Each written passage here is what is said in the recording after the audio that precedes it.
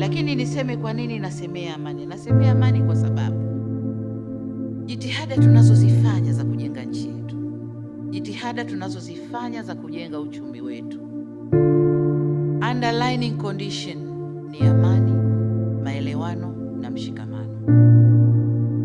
Maendeleo yale hayafanywi na Chama cha Mapinduzi na rais wao peke yao, hapana.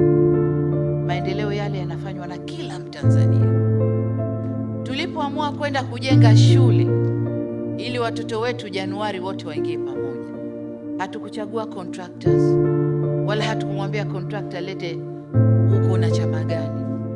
Nilisema wapeni contractors wa ndani wote washiriki katika kujenga hiyo. Kwa hiyo contractor wa imani yoyote ile aliingia na akajenga mashule.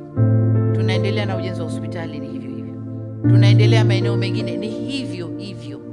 Nchi hii tutaijenga wote, hawatajenga fungu la watu peke yao, tutakwenda kuijenga wote. Kwa tunapokwenda kuweka amani, tunapokwenda kuweka maridhiano, tunapokwenda kusimama kwenye msimamo wa haki, ni kwa ajili ya maendeleo ya Watanzania wote, regardless political ideology, regardless anatoka wapi au ni wanani. Kwa hiyo narudia tena kwamba chochote tunachokifanya ni kwa ajili yetu.